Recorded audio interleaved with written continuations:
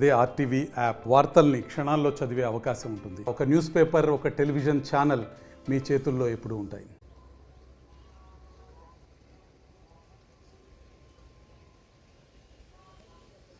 Press వారికి నా నమస్కారము. నా పేరు Bondili Kashiram Singh, Markapuram lorry association president.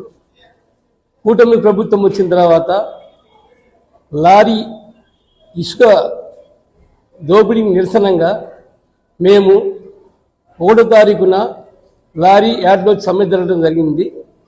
కానీ యార్డు వారు ఆ రోజున మా అందరినీ పిలిపించి 950 రూపాయల ప్రకారంగా టన్నుకి ఇస్తామని చెప్పారు.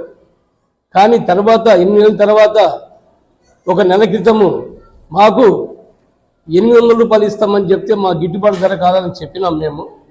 కానీ శాసనసభ్యులు అనే వ్యక్తి, ఒక ప్రజా వ్యక్తి మమ్మల్ని పిలిపించి మాకు సపోర్ట్ చేయకుండా అతనికి సపోర్ట్ లేదని నాకు అర్థం కావటం లేదు. మేము ప్రజల కోసము పనిచేసి ప్రజల కోసం ఇంకా 400 రూపాయలు తగ్గిస్తాం ఇసుకంటేనే మా మీద దొమ్మి ఎక్కి మీరు డబ్బులు ఇచ్చే ప్రసక్తే లేదు, ఏం లేదు చెప్పినాడు. కానీ మేము ఒక కూటమిలో ఒక జనసేన నాయకుడు నేను. కానీ ఇంత అన్యాయం అనేది ఒక స్వార్థం అనేది అనుకుంటున్నాను నా ఎమ్మెల్యే గారికి. అది తప్పది. ప్రజల కోసం ప్రజాసేవ చేసేవాడు, అందరికీ సర్దుమడికి పోవాలి. కానీ ఒకరికి ఒక న్యాయం ఒకరు న్యాయం ఉండేది చాలా తప్పది. కేవలము 13వ తారీఖున మా విన్నపం వినియోగించుకుంటే కలెక్టర్ ఆఫీస్ గారికి వచ్చినాము. అక్కడ ధర్నా చేసినాము. కలెక్టర్ గారు, సబ్ కలెక్టర్ గారు పిలిపించారు మమ్మల్ని. పిలిపించి ఏంటి మీ సంఘటన అడిగితే మీరు చెప్పిన విషయము, సార్ ఇది మా పరిస్థితి అంటే, ఏమయ్యా మీ అతని వాళ్ళ డబ్బులు 900 పెట్టడానికి 100 రూపాయలు తగ్గిస్తున్నారు అని చెప్పినారు. లేదు నా స్టాక్ ఉంది, స్టాక్ అయిపోయింది, వాళ్ళ లారీలు తీసుకొచ్చి ఇస్తే నేను ఏడా డబ్బులు ఇవ్వాలని చెప్పారు. కానీ వాళ్లకు బయట ఆధార్ కార్డు ప్రకారంగా మేము ప్రజలకు 1000 రూపాయల ప్రకారం ఇసుక ఇస్తామని చెప్తే, కానీ ఈ శాసనసభ్యులు ఈ కాంట్రాక్టు కలిసి మమ్మల్ని భయప్రాంతం చేసి నిన్న నా బండికి 1,10,000 రూపాయలు ఆర్టీఓ ద్వారా, పోలీస్ ద్వారా, మైనింగ్ వాళ్ళ ద్వారా 1,10,000 రూపాయలు ఫైన్ వేయించినారు. ఒక ప్రెసిడెంట్కే ఫైన్ వేయించే సాటి లారీలు భయపడతారు కదా. కానీ మేము తోలుతుండగా ఇంటి యజమానులు పిలిపించి నీ ప్లాన్ కట్టిస్తారు, నీ ఇల్లు పడగొడతాదని చెప్పి, ప్రజానాయకుడు అంటే మీకు ధర్మమా? ఇది ఏమన్నా ఎంత ధర్మం మీకు ఆవిస్తండి? ప్రజల కోసం మేము బొందిలి సంఘ నాయకులు, ప్రెసిడెంట్, స్టేట్ వైస్ ప్రెసిడెంట్ నేను. మా మార్కాపులో మా ఇల్లు 350 గర్భం మాది, అంటే 2000 ఓట్లు ఉన్నాయి మాకు. ఇవన్నీ టీడీపీకి మేము వేసిన ఓట్లు. మేము గ్లాస్కేలే ఓటు. కూటమి ప్రభుత్వం వచ్చిన తర్వాత మేము సైకిల్ గుర్తుకే ఓటేసాము. కానీ మాకే న్యాయం లేకపోతే ఇంకా ఎవరికి న్యాయం జరుగుతుందనే ఒక భావన మేము తెలియపరుస్తున్నాము.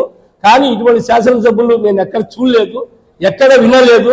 కానీ మీకు ఈ అన్యాయం జరుగుతుంది కాబట్టి నా మీద ఏ రకంగా సరే నన్ను చంపాలని, నన్ను బెదిరించాలని, మా కుర్రోళ్ళని చేయాలని భయభ్రాంతులు చేస్తున్నారు.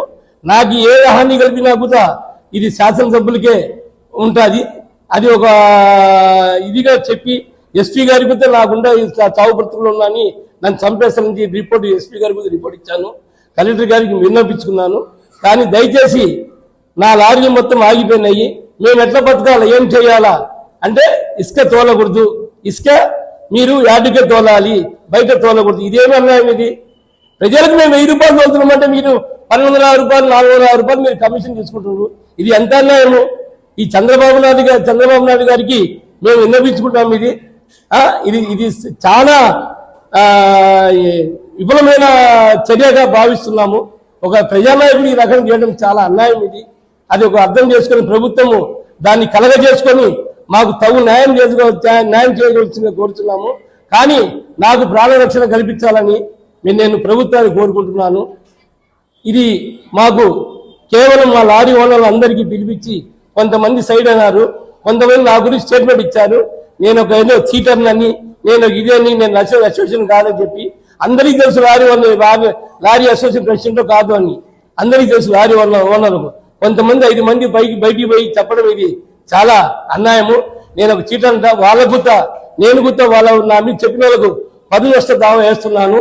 కానీ ఈ ప్రజానాయకులు కొంచెం దయచేసి గవర్నమెంట్ గుర్తించి మాకు న్యాయం చేయాల్సిందిగా కోరుతున్నాము. మరిన్ని వీడియోస్ కోసం ఛానల్ ని సబ్స్క్రైబ్ చేయండి. లేటెస్ట్ అప్డేట్స్ కోసం వాట్సాప్ ఛానల్ ని ఫాలో అవ్వండి. ఆ లింక్ డిస్క్రిప్షన్ లో ఉంది.